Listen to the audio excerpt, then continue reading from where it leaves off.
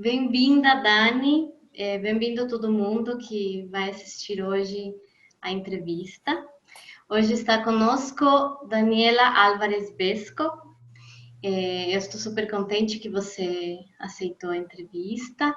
E, bom, antes de começar a entrar realmente na sua história, que é o foco da entrevista do dia de hoje, eu queria também introduzir um pouco o motivo das entrevistas, né?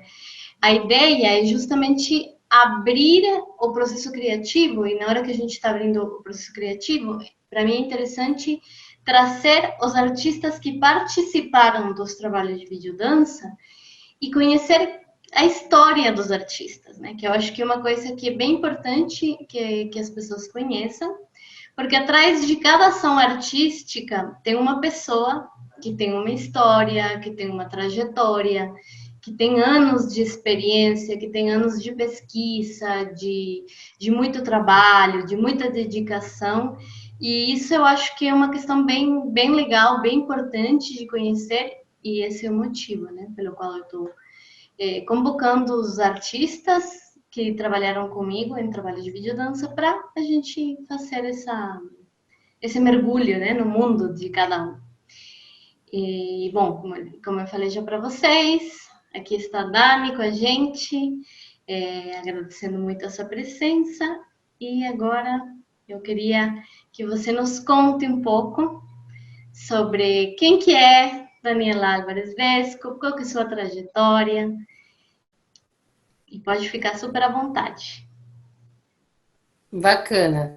Bom, então obrigada, Fer, pelo convite para conversar com você. Eu sou a Daniela, tenho 37 anos, né, no momento, a gente está agora em dezembro de 2020, né? E, bom, eu sou artista, né, sou artista da dança e sou também escritora. E daí tem outras atividades que eu realizo também. Eu sou produtora, né, eu produzo não apenas o meu próprio trabalho, mas também trabalhos coletivos. Sou fotógrafa também. E, enfim, enquanto artista da dança, uma das minhas principais atividades é investigar o movimento, né? Então, me coloco como investigadora do movimento.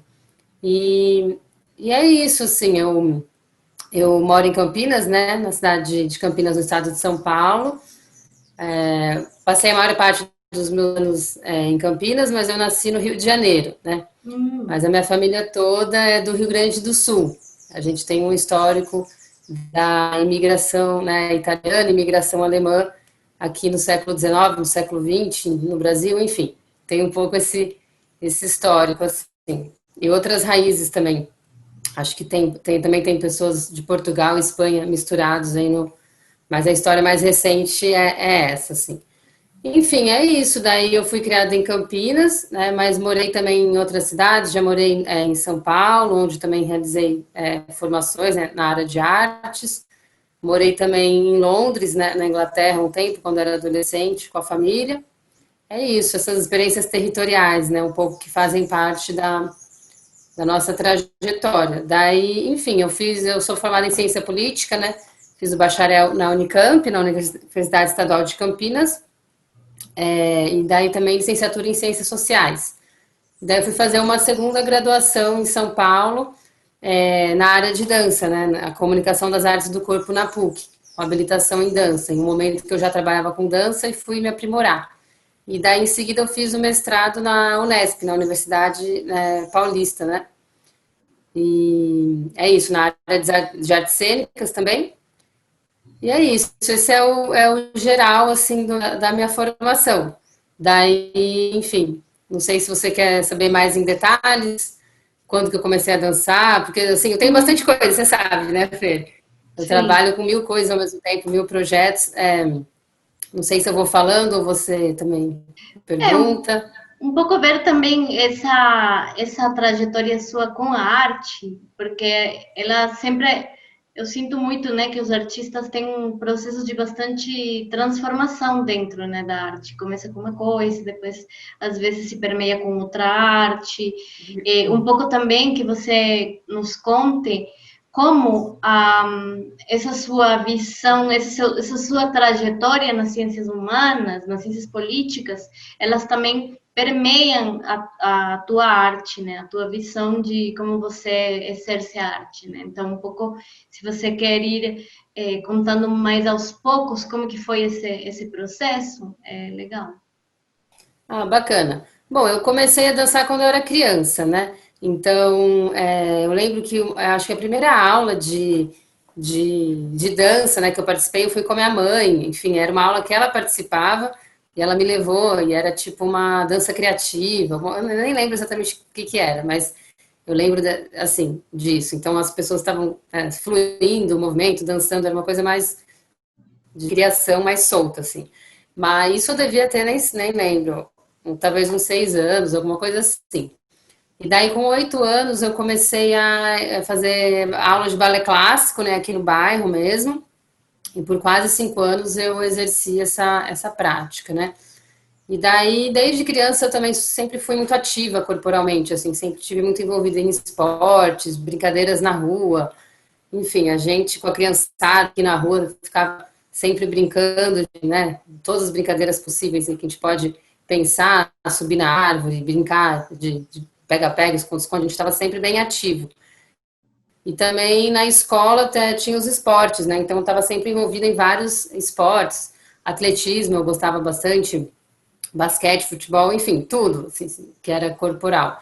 Mas sempre também, enfim, eu sempre sou uma pessoa que sempre me interessei por todas as áreas do conhecimento, assim, as matérias na escola também, claro que tinha algumas que eu gostava menos ou mais, mas para mim sempre foi também uma experiência prazerosa, se a gente pensar assim, ou seja, né, tem pessoas que falam, eu sempre só gostei de dançar e não gostava de estudar, ou sempre só gostei de estudar, etc. Eu acho que a gente nem sempre nós cabemos nesses estereótipos, né? Eu acho que, não sei, eu acho que a maioria das pessoas, na verdade, tem vários interesses, só que ao longo da vida a gente vai se podando, vai se especializando, por várias razões as pessoas ficam apenas em uma coisa, né? E eu sempre fiquei em várias coisas ao mesmo tempo, assim, enfim. Então, daí quando eu era adolescente, eu parei um pouco de dançar, né? Que eu dancei, eu fiz aula de balé até uns 12 anos, e daí, quando eu entrei na Unicamp, em Ciências Sociais, eu conheci um grupo lá de dança, o GEDAN, Grupo de Estudos em Dança, que é coordenado pelo Adilson Nascimento até hoje, tem esse grupo na Unicamp, né? Era na Educação Física e hoje ele é professor, né, da Unicamp e hoje ele é professor da Faculdade de Educação, então ele coordena esse grupo por lá. Daí o GEDAN foi muito bacana, assim, porque a experiência que eu tinha tido quando eu era criança, do balé clássico, a gente conhece, né, mais ou menos o balé clássico, uma técnica, enfim, que trabalha, que eu acho que a gente tem muitas críticas que eu faço ao balé clássico, mas eu acho que algumas coisas positivas também.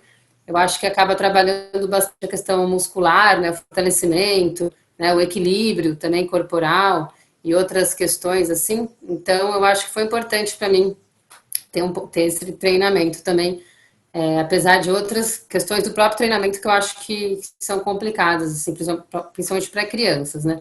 Como, por exemplo, a abertura exagerada das pernas, eu acho que, né, em algumas posições, né, que a gente pratica, ou outras questões simbólicas também, né, em relação ao balé clássico, assim.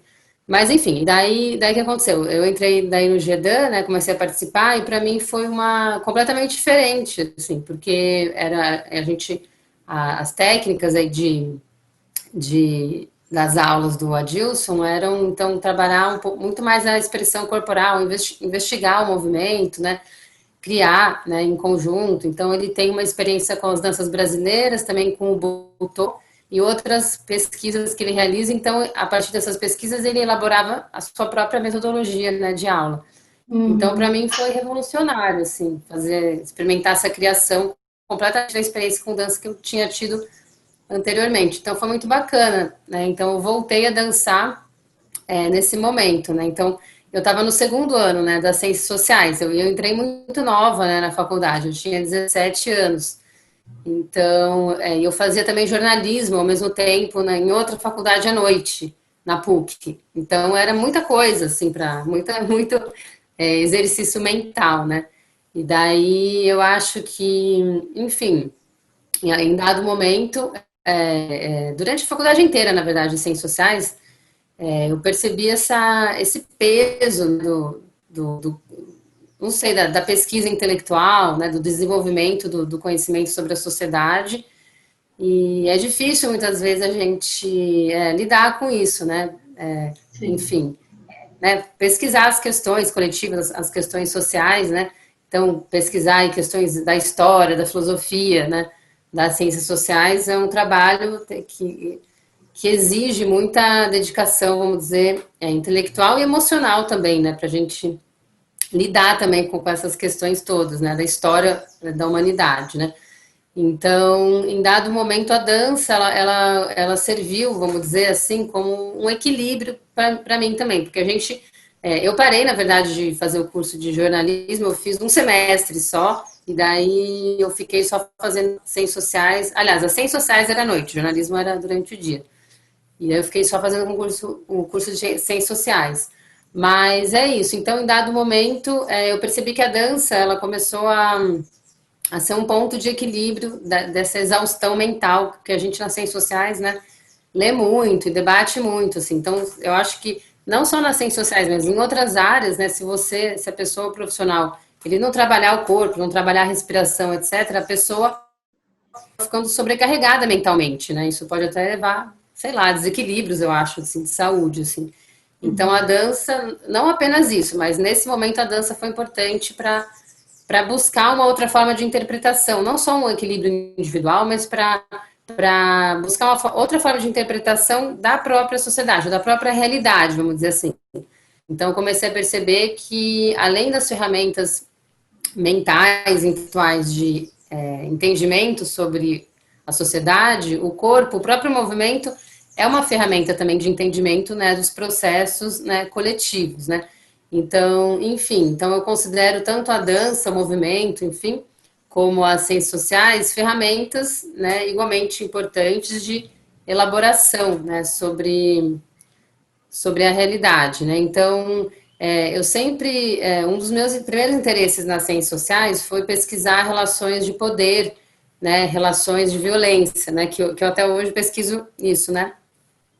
Já escrevo sobre isso, né? Já escrevi Uhum. um livreto sobre isso. Então, uma das questões que eu pensava era sobre como as relações de poder, né, de violência, se davam nos corpos, né, em geral, assim. Então, as pessoas, né, como um todo, no dia a dia, a gente acaba padronizando, né, o nosso movimento, por várias razões, né. Então, por exemplo, a gente que é da dança, a gente sabe que todo dia a gente está explorando, né, o movimento, investigando a respiração, as formas de se expressar. A gente sai da nossa sala de ensaio, vai para a rua, vai para o ponto de ônibus, vai para o mercado, enfim, a gente volta naquele molde de comportamento, né? Então, eu acho que, por mil razões, acho que as sociedades foram controlando os corpos também, de certa forma, impedindo, né, que as pessoas pudessem também se expressar livremente em termos de movimento, né? Daí a gente pode pensar em os motivos históricos, né, vários, assim, né, dos regimes de controle dos corpos, né? E daí isso era uma coisa que me chamava a atenção também, que as ciências sociais também me proporcionou essa visão. Então, de um lado eu tinha esse pensamento sobre os regimes, né, o regime capitalista, o regime, né, enfim, o patriarcado, etc. Todos os regimes que violentam os corpos, o racismo, enfim, a homofobia e tudo mais, que controlam o comportamento dos corpos das pessoas.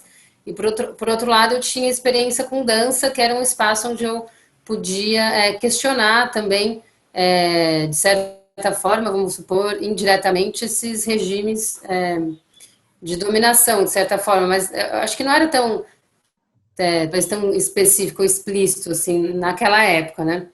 Mas naquele momento eu sentia que eu podia questionar os padrões de comportamento corporal, eu percebia mais dessa forma, assim, né? E Uhum. poderia explorar esses padrões e, enfim, pensar a partir disso, ou seja, a crítica sobre o controle aos corpos já vinha ao mesmo tempo com uma solução, vamos dizer assim, né, que eu via era a dança. A dança é uma ferramenta que pode proporcionar que a gente explore mais o movimento, se perceba, né, uma ferramenta também de consciência, né, de si, da realidade, né. E, Sim. claro, uma ferramenta, vamos dizer, artística, né? Então, é todo um complexo, assim. Eu sempre então juntei essas duas áreas, né, do conhecimento, sociais e artes cênicas, e a partir daí fui criando. E daí foi em 2002, né, que eu entrei no GEDAN. E daí foi quando eu comecei também, a partir das coisas que eu aprendia lá na aula e do que eu já tinha aprendido na minha vida, né, porque mesmo quando a gente aprende uma coisa quando é criança e depois para, né, esse conhecimento fica no corpo, né, na memória corporal. Então, toda a experiência que eu tive com esportes, mesmo com balé clássico e outras questões, né, elas foram todas se mesclando e eu comecei a desenvolver já sozinha exercícios, né, exercícios autorais para a realização desse treino corporal, né.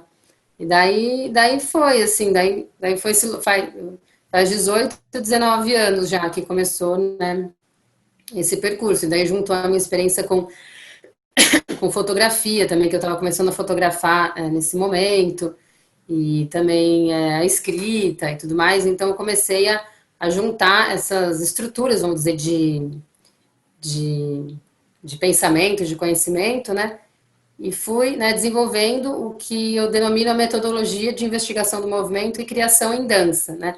Teve outros nomes já, e agora esse é o nome atual, né.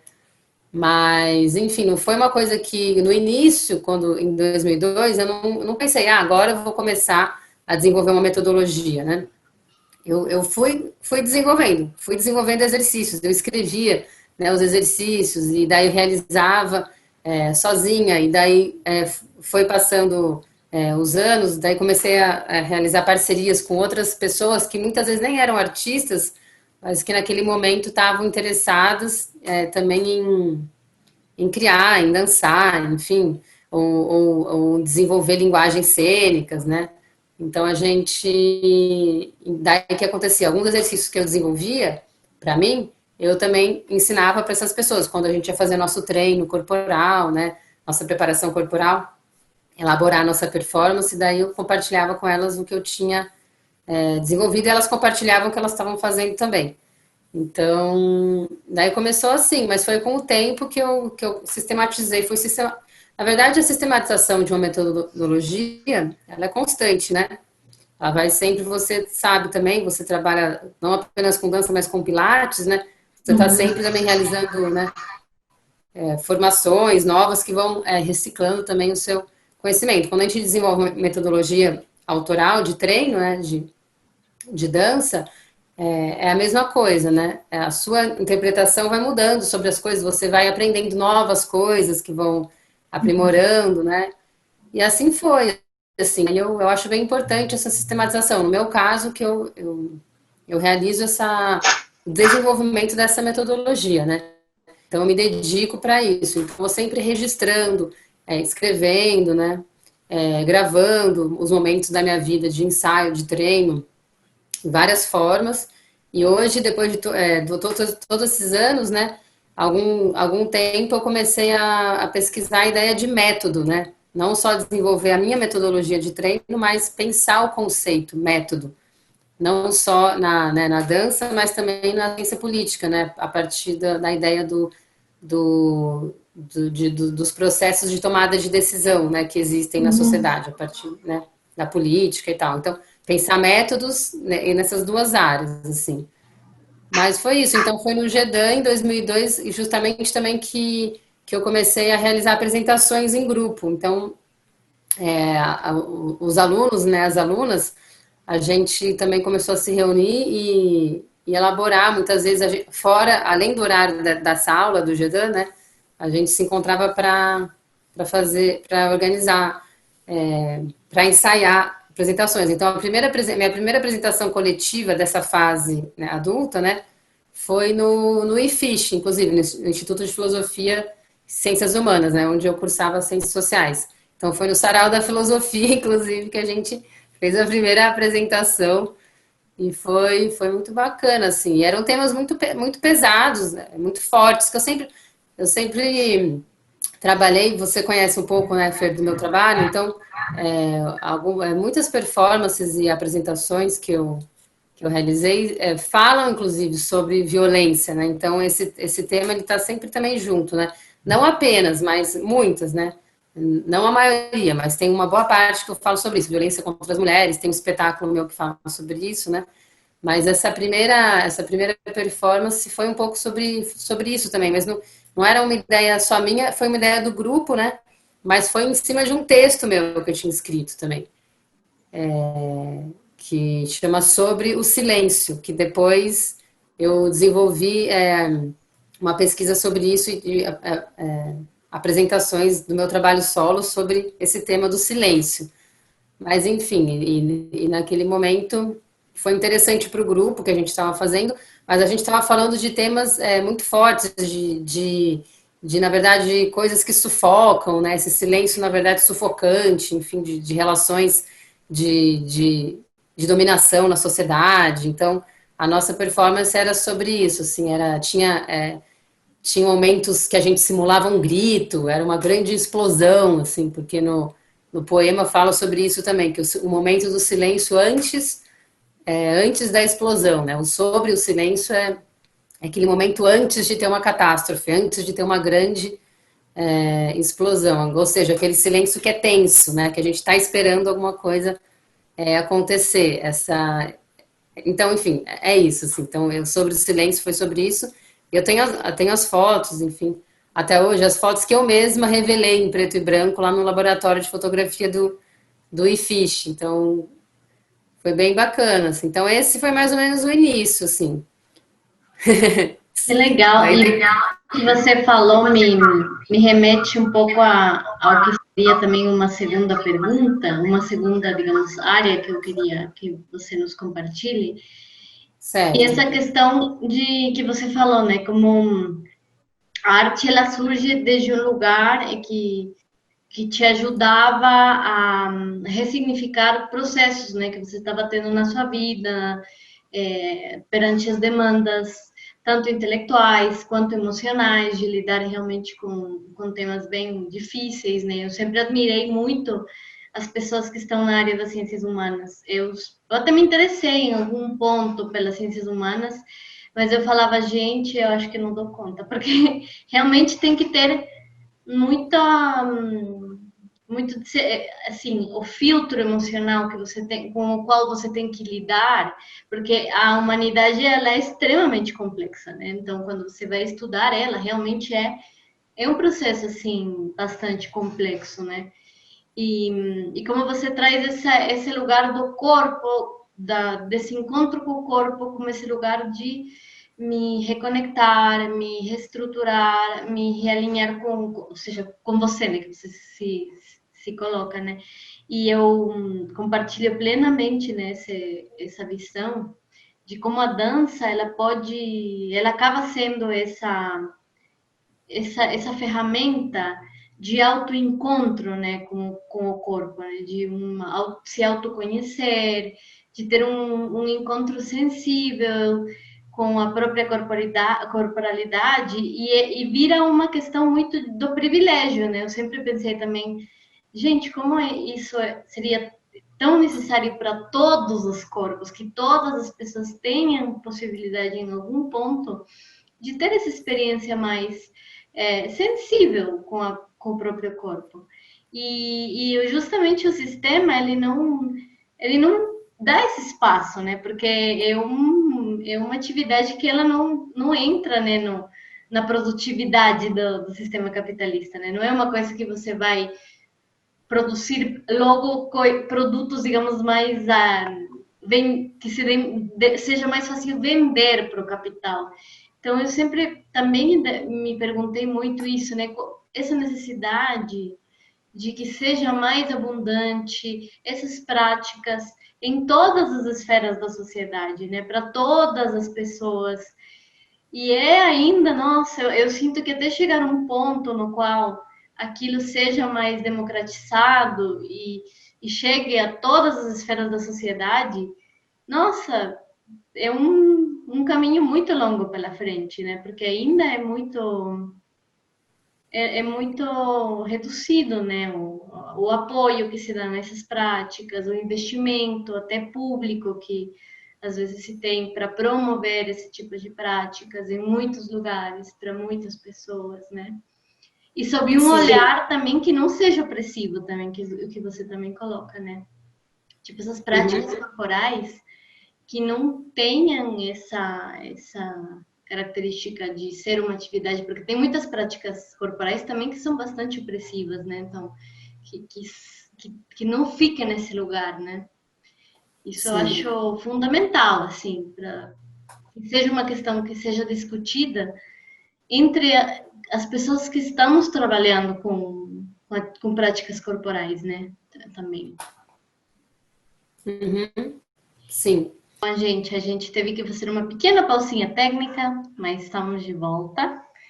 E eu estava acabando, né, a ideia dessa questão que é tão importante nessa discussão da relação com o corpo, né? E um pouquinho, se você queria nos explicar um pouco mais essa questão da relação, desde uma perspectiva um pouquinho mais subjetiva, da relação da arte com você um pouco, né? Eu gosto muito de indagar um pouco nisso e descobrir como os artistas se relacionam desde esse lugar mais subjetivo mesmo com a sua arte, com a sua produção artística e com a atividade mesmo artística.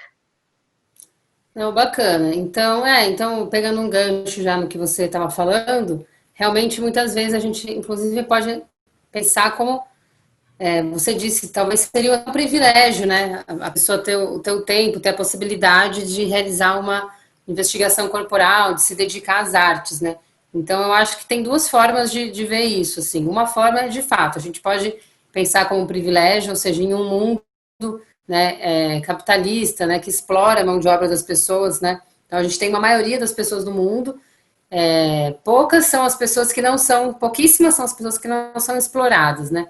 Mas a grande maioria está em empregos, subempregos, né, que pagam muito mal, a pessoa tem uma moradia precária, etc. O tempo, muitas vezes, de deslocamento até o trabalho toma o dia inteiro da pessoa, e com isso ela fica, muitas vezes, até sem o próprio tempo para si, né, para se dedicar para o desenvolvimento artístico, vamos dizer, de alguma atividade artística que ela queira fazer, seja enquanto lazer, seja enquanto estudo, ou desenvolvimento de uma linguagem profissional, inclusive, né? E isso é uma forma, assim. De outra forma, a gente pode pensar o nosso trabalho como uma reação, de certa forma, a esses regimes também de violência, né? Então, frente a as brutais desigualdades e ao controle, né, dos corpos, a gente está se posicionando e falando, não, a gente vai se desenvolver artisticamente, é importante, a gente vai também difundir essas ideias artísticas, as ideias e práticas, né, de desenvolvimento corporal, né, e pensar também a arte como um elemento que transforma também a sociedade de alguma forma, né? Então a gente pode pensar a arte como uma resistência também, né, como uma reação, assim. Então, de repente, assim. E daí é isso, assim. Então, por exemplo, você comentou também no início que muitas vezes não tem interesse, né, do mercado em determinadas linguagens artísticas, ainda nesse tema, né? Então, a gente vê muitos espetáculos, né, de dança, teatro, circo, ou até espetáculos que passam na televisão, né, no formato audiovisual, que, que muitas vezes eles estão reproduzindo valores, né, da violência, assim, né, valores que estão ali estimulando os corpos, as pessoas a manterem os mesmos sistemas, né, de sociedade, assim, sistemas que, enfim, desvalorizam a diversidade de pensamento, a diversidade de pessoas e corpos, e levam a uma homogeneização das mentes, né, e dos corpos, né. Então a gente percebe isso também na recepção, muitas vezes, da sociedade em relação a linguagens que estão questionando de alguma forma essas questões assim da violência, né? Mas é o paradoxo, né? Aquele paradoxo do regime de violência. O regime de dominação ele acaba o próprio regime produz ferramentas para que as pessoas não percebam aquele regime como um regime de violência. Então muitas pessoas elas percebem a crítica a esse regime como um ataque, na verdade, à vida dela, um ataque à certeza, né, que ela gerou.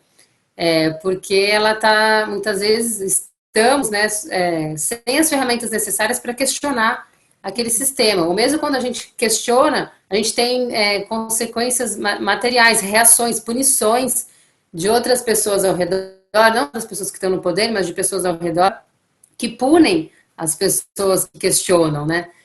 De várias formas. Então, os próprios regimes de violência têm essa organização complexa de controle mesmo, né?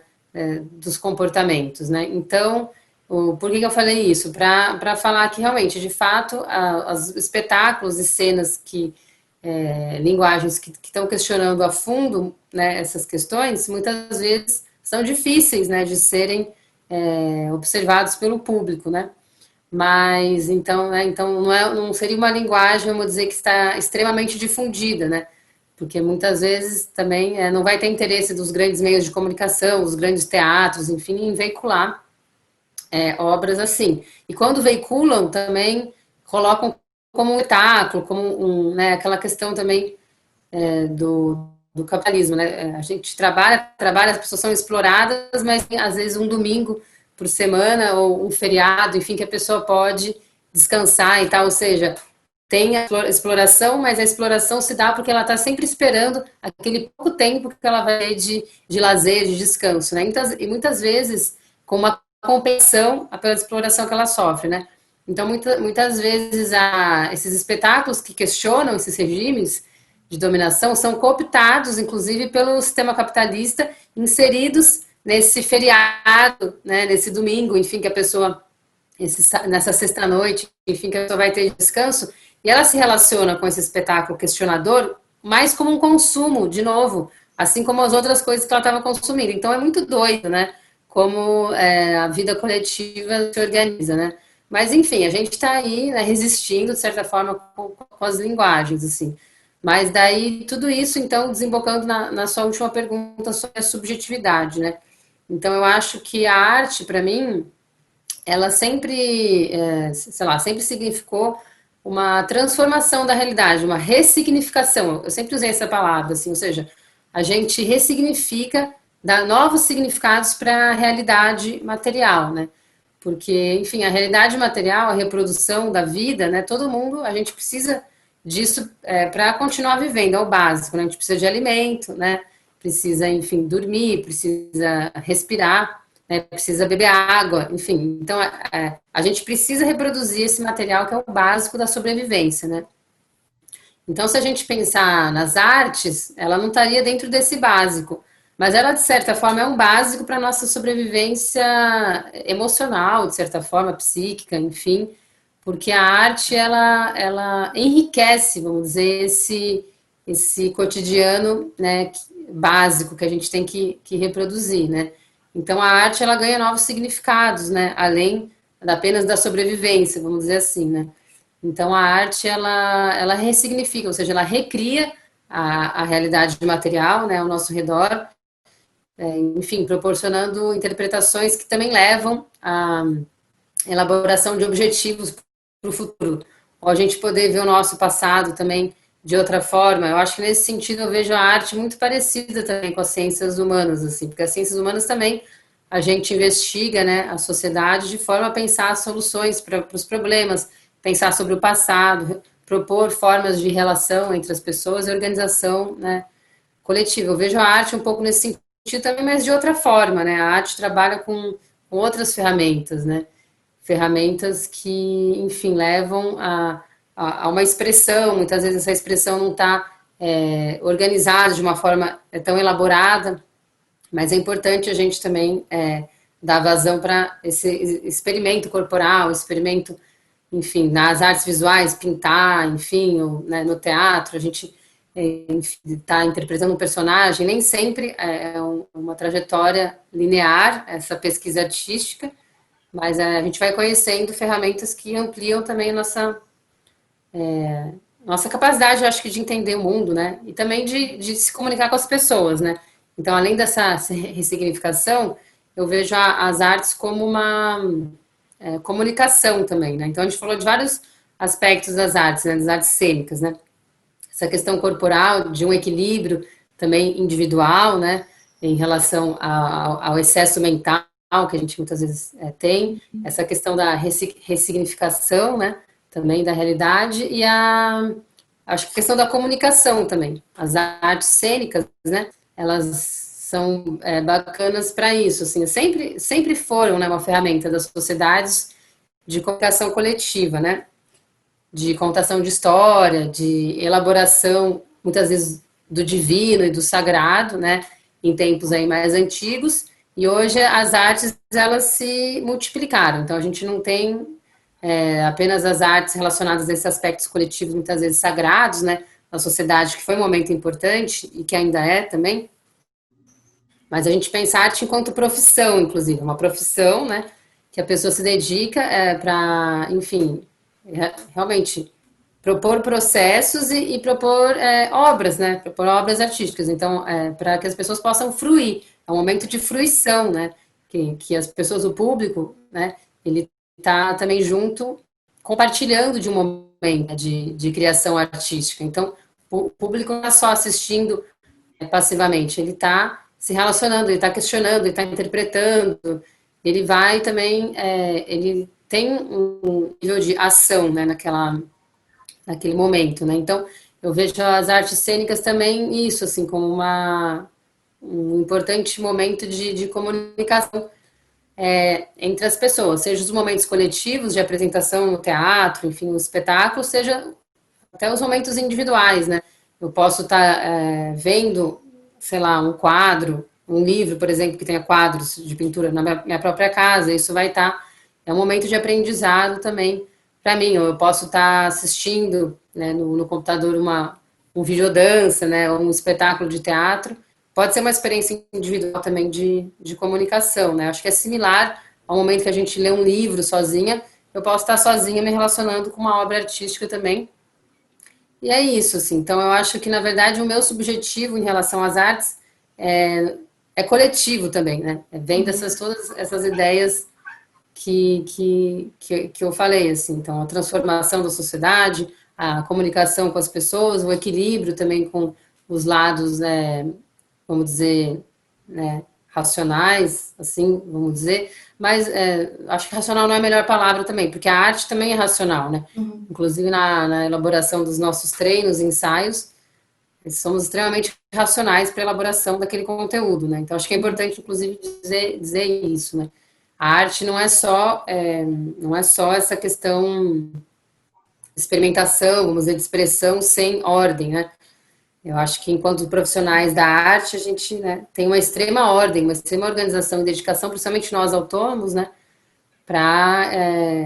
porque o trabalho autônomo com artes tem pouca estrutura, pouco apoio público, né, assim, no mercado de trabalho e tal. Então a gente tem que organizar todas as nossas ferramentas, né, espaços de trabalho. E a própria elaboração mesmo do processo artístico. É legal a gente pensar isso, inclusive, né? Como as artes cênicas, elas balanceiam bem essa questão do, vamos dizer, do racional e do, não sei se do emocional, não sei se essas são as melhores palavras, assim, mas a gente, por exemplo, no ensaio, no treino, a gente vai dar uma aula ou participar de uma aula, tem uma sequência de exercícios que a gente vai fazer, né? Às vezes vai elaborar uma cena no final para compartilhar com o grupo, mas dentro, cada um desses exercícios, muitas vezes são exercícios que nos levam ao êxtase ou né, a uma expressão corporal que está além do controle mais racional do corpo. Só que é um êxtase consciente, né? É engraçado isso, a gente pensar. Então, a gente está sempre controlando, na verdade, esses exercícios. A gente nunca está fora de controle, mas a gente se permite, através da razão, pesquisar os locais da não razão, né? Então, eu acho bacana também como a arte, ela une esses dois lados, assim.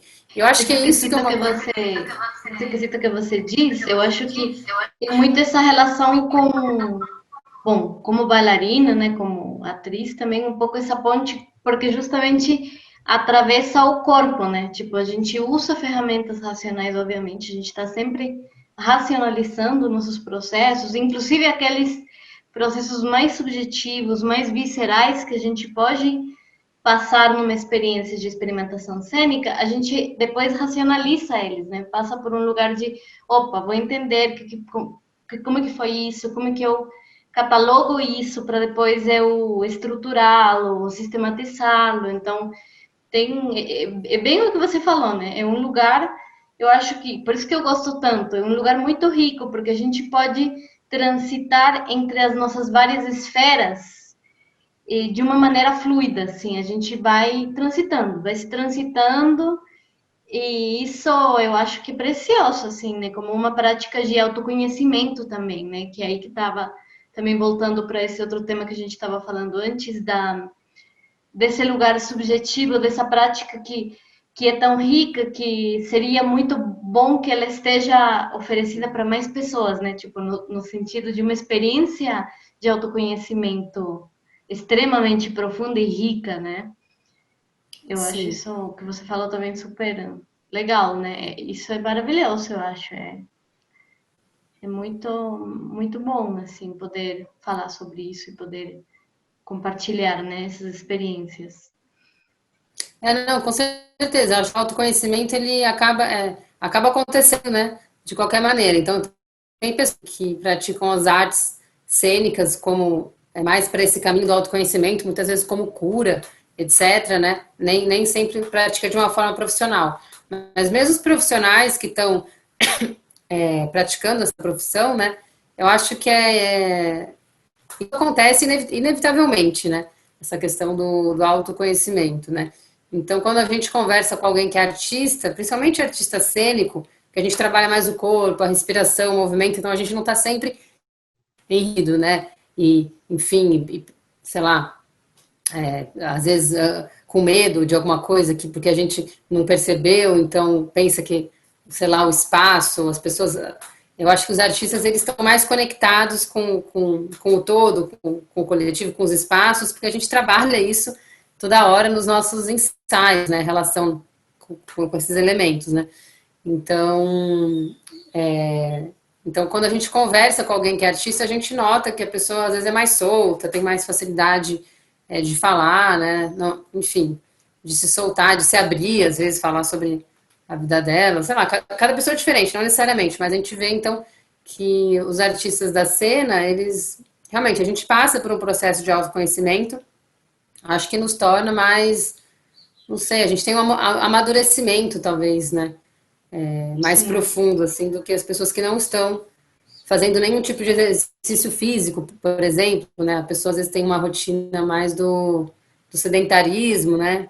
E acaba não tendo em contato, não tendo em contato com suas próprias emoções, porque a gente trabalha muito as emoções, às vezes indiretamente, né, Uhum. nos nossos treinos, né? Isso Então eu tem acho muito que a sim, ver acho com a estrutura do corpo mesmo, né? Porque as emoções, elas estão na musculatura também, de alguma forma, né? Quando a gente sim, pensa no campo emocional, às vezes, né, a gente tem não, não digo você, nem, mas em geral, né? A gente tem uma ideia, um pouco como se o corpo estivesse mais separado, né? Em Ocidente, muito se tem essa ideia do corpo um pouco mais separado daquela esfera do emocional, do racional, quando na verdade está tudo integrado, né? Então, um movimento ele vai gerar pensamentos, ele vai gerar emoções, porque isso também está na nossa musculatura, não, digamos assim, cientificamente comprovado, no sentido em que ainda se fala toda uma questão de que é o cérebro que comanda, mas o teu cérebro, gente, ele é o corpo, ele está no nosso corpo e a gente está constantemente mexendo com toda essa complexidade, né, em movimento, que eu acho que faz que todo esse circuito aconteça, né. sim. E eu queria Não, exato. também, desculpa, pode falar. Não, é só complementar que você falou mesmo do cérebro, né? Porque o cérebro, sem o cérebro, a gente não funciona, né? Então, tanto a emoção quanto o pensamento, eles são resultado da sinapse, né? Do cérebro, né? Então, a gente se acostumou a tratar o cérebro só como o mental, né? Mas as emoções também são resultado aí do funcionamento do cérebro, né? Total. E a gente fez também um pouco como para contextualizar em relação aos trabalhos, né, do projeto, né, das videodanças. Com Dani, a gente fez vários videodanças em uma experiência do Encontro Laboratório de Videodança que a gente fez no ano passado, quando a gente fazia parte do projeto Candança, né? E eu Sim. queria um pouco a gente relembrar como foi essa experiência, para mim foi bem interessante, porque foi o meu segundo videodança, o que a gente fez, né? Que foi El Ojo, que é o nome do trabalho que saiu, né? Do encontro laboratório. Depois também você nos comenta um pouco como que foi o seu processo ali. E, Uhum. e foi uma experiência muito interessante, né? Eu, junto com você, Dani, aprendi muito também da questão da autogestão, da autoprodução mesmo, dessa função do artista de se produzir. E é uma questão que a gente aprende fazendo, assim, não tem. Mesmo eu, pelo menos, tendo uma formação em artes em faculdade, eu não aprendi a me produzir na faculdade, assim. Eu tive até uma matéria de produção, mas não, ela Sim. não, eu realmente aprendi a me produzir foi depois, assim, fora, na experiência de lidar com isso, com fazendo, no fazer, no descobrir e no errar também, né? No ir vendo o que dá certo, o que não dá certo. E para mim o projeto Candança foi muito importante nesse sentido, né? De aprender toda um processo de como me produzir e também foi fortalecendo essa minha relação com a videodança. Então, foi um ponto, assim, bastante importante na minha trajetória, na qual depois eu consolidei mais a minha relação com a videodança a partir desse ponto, assim. Eu acho que esse ponto foi super importante. E bom, aí no trabalho do Elojo, depois também a Dani vai comentar sobre os trabalhos dela, a gente trabalha muito numa parceria conjunta, né, de ir se ajudando, a gente montou a gente discutiu o roteiro, depois teve toda uma discussão conjunta de para observar os lugares onde a gente ia fazer as tomas, a gente fez até um treino juntas antes para ir preparando o corpo para o trabalho. No caso del Ojo foi bem improvisado mesmo, eu fiz uma improvisação na hora, assim, não tinha uma, digamos assim, uma coreografia montada antes, foi uma improvisação em relação com o espaço, né, que o site especifica, e foi uma experiência muito rica enquanto a entender um pouco esse processo de uma montagem de uma videodança, né? Como se elabora. E nesse ponto você foi uma pessoa chave, né? Porque você tinha outras experiências, você já tinha outras experiências prévias nessa questão de, por exemplo, montar roteiro, você já tinha uma experiência com a fotografia que eu não tinha antes, né? Que você trouxe um olhar que é um olhar técnico também da fotografia que eu não conhecia. E foi muito interessante essa troca, desde a parte da produção, quanto na parte já da elaboração do videodance. E Sim. você também, se quiser nos compartilhar como é que foi isso também, esse processo para você, do encontro laboratório, daí também surgiram vários trabalhos seus, né, que você fez também trabalhos solos, que eu não estive na elaboração deles. Então, se você nos quer compartilhar também. Sim, então, não, foi muito bacana mesmo essa experiência, né? Então, que eu tenho o projeto Candança, né? Que terminou, ele durou de 2014 até 2019, né? Que reuniu artistas da cidade de Campinas para pensar, fortalecer a rede da dança, né? Contemporânea na cidade, propor ações, realizar festivais, fortalecer nossos conhecimentos, difundir nossos conhecimentos na área de dança. E a Fernanda, ela participou da etapa final, né? Então, a equipe final foi eu e a Fernanda, que nós éramos a equipe, né, da última fase do Candança, né? E daí foi bacana essa fase com a Fer, porque realizou vários projetos, e um deles foi o Encontro Laboratório de Videodança, né? Que a gente realizou no CIS Guanabara, né? Como a Fer comentou. Então, o CIS Guanabara é um espaço histórico, né, da cidade de Campinas, que no momento ele estava sob a coordenação e administração da Unicamp, da universidade, né? Então, é uma antiga estação de trem, né? E, enfim, e da, que é a prefeitura, né? Um espaço público da prefeitura, né? Daí hoje é um espaço que a gente fez lá, né, Fer, esse encontro. Foi um processo, vamos dizer, de trabalho conjunto de realização de videodanças, né? E para mim foi muito bacana também. Eu já tinha, como você disse, essa experiência com fotografia, já que acho que faz uns 20 anos mais ou menos que eu fotografo, mas o videodança ele veio depois. Então já faz alguns anos também que eu realizo experimentos com videoarte e tudo mais, mas foi em 2016 que eu comecei a fazer videodanças através da linguagem do videodança, me dedicando para pesquisar essa linguagem, né?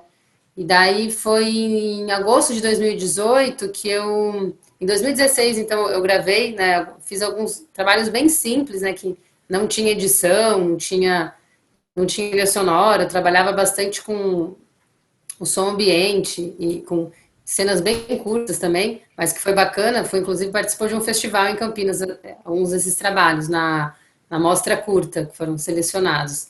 Mas daí foi em 2018, eu comecei a produzir o meu primeiro videodança mais complexo, vamos dizer assim. Não foi o primeiro, mas foi o primeiro com mais elaboração, né? Então, que eu realmente me dediquei a pensar mais a fundo, assim, ainda a questão da trilha sonora, da edição, né, inclusive, né, de pensar uma narrativa, né, de pensar eu nem pensava em questão do roteiro, mas durante o processo eu fui fazendo roteiro. Foi o Reaprendendo a Voar, né? Que foi um trabalho que eu fiz com o Pôr do Sol, né? Enfim, que rodou 6 países e inclusive ganhou um prêmio de melhor filme de dança experimental do festival Indie for You, dos Estados Ai, que Unidos, né? Em legal. 2020. Isso foi agora há pouco, né? É, Que eu me lembro que você postou. foi agora há pouco, foi há poucos meses, foi no primeiro semestre desse ano, né? Então foi bacana, assim. Mas daí, então, enfim, depois de fazer as filmagens, né, do Reaprendendo a Voar, eu nem tinha terminado a edição ainda, mas eu já estava me aprofundando cada vez mais e também, enfim, e fui realizando trabalhos, né? E daí em 2019, em março, né, de 2019, a gente enfim, lançou essa chamada para pessoas se inscreverem também. Então, eu e a Feira, a gente coordenou esse encontro. Só que daí teve 2 edições, né? Em março e em outubro de 2019. Nas 2 edições, né, houveram pessoas inscritas, mas que em cima da hora desmarcaram, não puderam ir. Então, quem participou mesmo foi eu e a Fer. Nós coordenamos e participamos, né? Mas foi muito bom, porque foram 2 versões do encontro, e cada encontro teve 2 ou 3 dias, eu não lembro agora, Foram mas foram dois. muitas horas, foram 2 dias, né? Dois. De março e outubro, né? Uhum. Mas foram muitas horas, né, que a gente ficou no espaço e realmente se dedicou a pensar um local específico, né? O site específico, que é a relação de criação com o local, com o espaço, o local histórico, né, também, e pensar a arquitetura e tudo mais. Então, foi bem bacana, assim, porque foi meu primeiro processo também coletivo, né, de fazer um videodança. Os outros eu tinha feito mais individual, né? Ainda que o Reaprender a Voar tem uma trilha sonora de uma artista, que é a Paula Caldas, a Lulanzel, essa trilha sonora veio no fim, ela não participou do processo criativo. Uhum. Então, o encontro laboratório com a Fernanda foi bem bacana, porque a gente fez tudo junto, né? Então, a gente treinou, tanto eu propunha exercícios, como a Fer propunha antes, para a gente treinar o corpo. Né? Depois, a gente fazia exercícios, né, com a câmera no espaço, observou o espaço, o que nos chamava a atenção, né? E daí escolhemos os espaços onde cada uma queria fazer a sua ação. Daí eu gravei o da Fer e ela gravou o meu, né? Mas também a gente escreveu o roteiro, a gente orientava a pessoa da câmera como era a filmagem, né? E a pessoa da câmera, a gente tinha uma comunicação, né? Toda que a gente fazia com a pessoa que estava sendo gravada, né? A gente foi desenvolvendo, né, Fer? Na verdade, essa metodologia também escrevemos um texto depois, né? Que é o Reflexões Sim. Introdutórias sobre videodança, que vocês podem encontrar em 2 sites. No site do Candança, que é o candanca.com, só que esse site vai ser extinto em 2021. Tá. Mas se vocês quiserem no meu site, que é o Uhum. palavraemeia.com, vocês encontram esse texto que vai estar sempre lá. A gente escreveu ideias, né, sobre a prática do videodança a partir dessa experiência, né? Sim. Foi bem rico, Então né? foi Porque estava bacana. sendo uma imersão mesmo, né? A gente fez uma imersão no videodança. Foi Sim. muito interessante, muito rico. É, foi bem legal, foi uma imersão mesmo. E a gente não tinha, ou seja, a gente não planejou previamente quais seriam os vídeos que a gente ia gravar, mas foi o processo de relação com o espaço que gerou as ideias, né? Então, cada uma a gente gerou mais de um videodança, né? Depois disso, eu nem, na verdade, a gente está em processo de edição ainda, porque a gente Ainda. sabe que a edição nem sempre a gente consegue, nem sempre é viável fazer logo após as filmagens, né? Então, a gente está aqui um ano depois ainda editando os trabalhos. Então, eu editei só um trabalho desse, ainda curtinho, Impressões, que a gente está inscrevendo no festival agora, que fiz uma parceria com a Diana Solari, da Argentina, e a gente está Uhum. inscrevendo.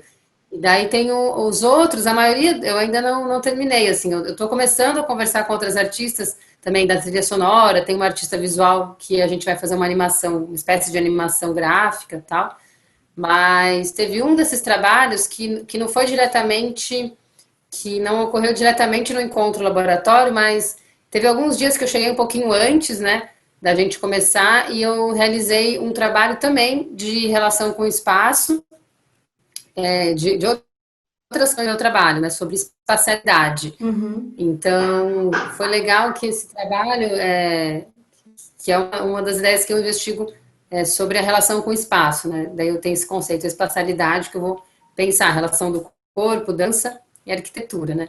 Então, nesse momento, o que aconteceu? Eu gravei, eu registrei, na verdade, foi quem registrou foi outra pessoa, foi a Marina Mayumi, na câmera, né? Então, ela registrou a minha pesquisas né, de dança nesse espaço. Então, eu registrei, eu tive vários registros da espacialidade e eles viraram videodanças depois, que é uma coisa até que eu estava conversando num debate que eu participei ontem, né? As metodologias de criação de videodanças. Muitas vezes a gente define o roteiro antes, muitas vezes define o roteiro depois, e muitas vezes um registro de um trabalho que não era um videodança, era um registro, ele pode se transformar num videodança depois, porque ele passa por um processo posterior de elaboração audiovisual, né? Vamos dizer assim. Então, um Uhum. desses trabalhos, depois eu coloquei ele em relação com uma trilha sonora de uma outra artista, né, a Ursa Menor, a Andrea Regini, né, ela assina como Ursa Menor, e daí foi incrível, assim, a trilha sonora que ela tinha feito em outro momento, a gente nem se conhecia, eu e essa artista, e eu conheci ela, conheci o trabalho dela e ouvi uma das trilhas sonoras, ela trabalha com música eletrônica, né, e daí, nossa, foi muito interessante, encaixou, assim, perfeito com essa pesquisa. Daí gerou esse videodança, né? Que é o Gravidade, Métrica e Pêndulo, que eu falo um pouco sobre a relação com o espaço do armazém do Cis Guanabara, e, enfim, daí é uma elaboração daquele momento. Eu falo da circularidade, daí tem uma metáfora que surge das galáxias, do movimento dos planetas, né, da gravidade, das explosões também, de novo, da fissão, né? Enfim, daí eu vou também relacionando com as áreas da física, que ultimamente eu tenho interesse em aprofundar esses conceitos da física também. Mas é isso, daí surgiu esse videodança que foi feito nesse momento aí, nessa época também do encontro laboratório. E esse videodança foi aprovado agora no edital da Funarte, né, o Respirarte. Então, Legal. em dezembro vai estar disponível, mas a maioria dos trabalhos que a gente realizou, eu não terminei ainda a edição, que são, um tinha a ver mais com a questão da estação de trem, né?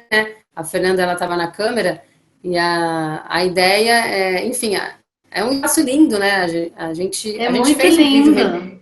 É. Não, e o CIS mesmo é um lugar que tem oferece muitos cenários interessantes, né? Para a gente, sim, uma coisa muito bacana que foi pela gestão que a gente fez, a gente conseguiu ter, bom, não completamente, né? Mas a gente conseguiu quase ter completa liberdade no espaço, né? Então a gente conseguiu ter o espaço para nós. Isso foi muito rico, porque aquele espaço é incrível, né? E sim.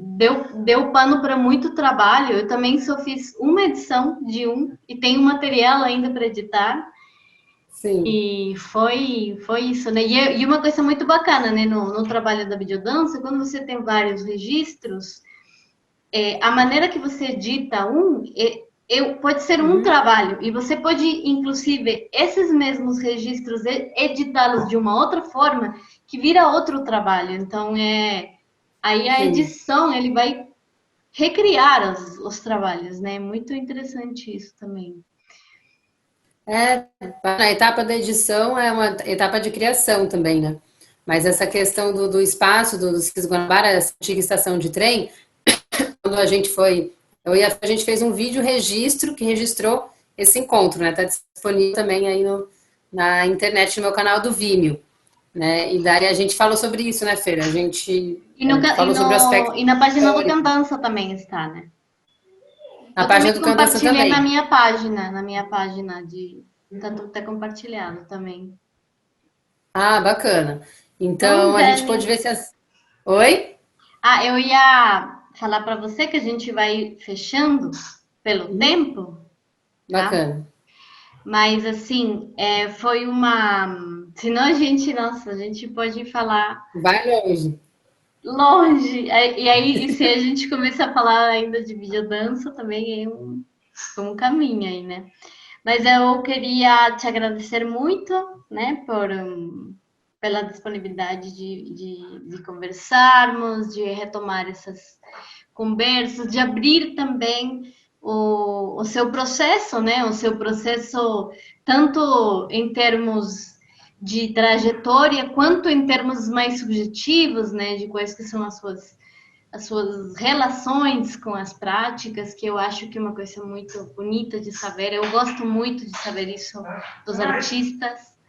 O meu cachorro fazendo bagunça. e, e é isso, então, Dani. Te desejo também muita sorte nas festivais, né? Nas envios dos trabalhos para os festivais. E eu vou pedir também para você me dar todos os links, né? Que você queira que eu compartilhe junto com a postagem dessa entrevista. Eu vou colocar tudo embaixo, assim, para que as pessoas que se interessem possam ir direto para a página para conhecer mais especificamente das coisas que você faz, né? Do seu canal do Vimeo, do seu site, e isso também vai ser bem importante. Bacana, Fê. Agradecer também, então, o convite para conversar com você, agradecer pela parceria no Candança também. E é isso, pela conversa que a gente teve hoje. É sempre bom a gente conversar sobre artes, né? Mas bacana, Sim. agradeço. Espero que as pessoas que também estejam assistindo, né, gostem das ideias que a gente esteja falando, de alguma forma ative alguma outra ideia, alguma questão. E daí os links aí vocês acessam, quem tiver interesse, só entrar em contato. Meu e-mail também está nos meus sites aí, daí entre em contato. Legal. E isso também é uma Tá? das coisas que eu gostaria que se possa gerar também com essa divulgação de entrevistas, que são possíveis redes, né? Às vezes uma pessoa vai poder ver isso, vai se interessar, pode ver o trabalho do outro e falar, opa, pode surgir uma parceria em algum momento. Então, isso é bem bacana. E Bacana. Ah, inclusive no Facebook tem um grupo que eu administro que fala sobre isso, que é o Trabalho em Rede Mulheres nas Artes, que também incentiva o trabalho colaborativo entre mulheres artistas. Então, quem se interessar, entre lá também. aí esse link você pode me passar também junto, a gente coloca embaixo da Bacana. publicação da entrevista. Legal. Então, muito obrigada, Dani. E é isso, a gente vai se vendo, vai se falando, tá bom? E a Tá gente bom, vai Fê. Um fechando por abraço. aqui. E longa vida às artes, longa vida à videodança.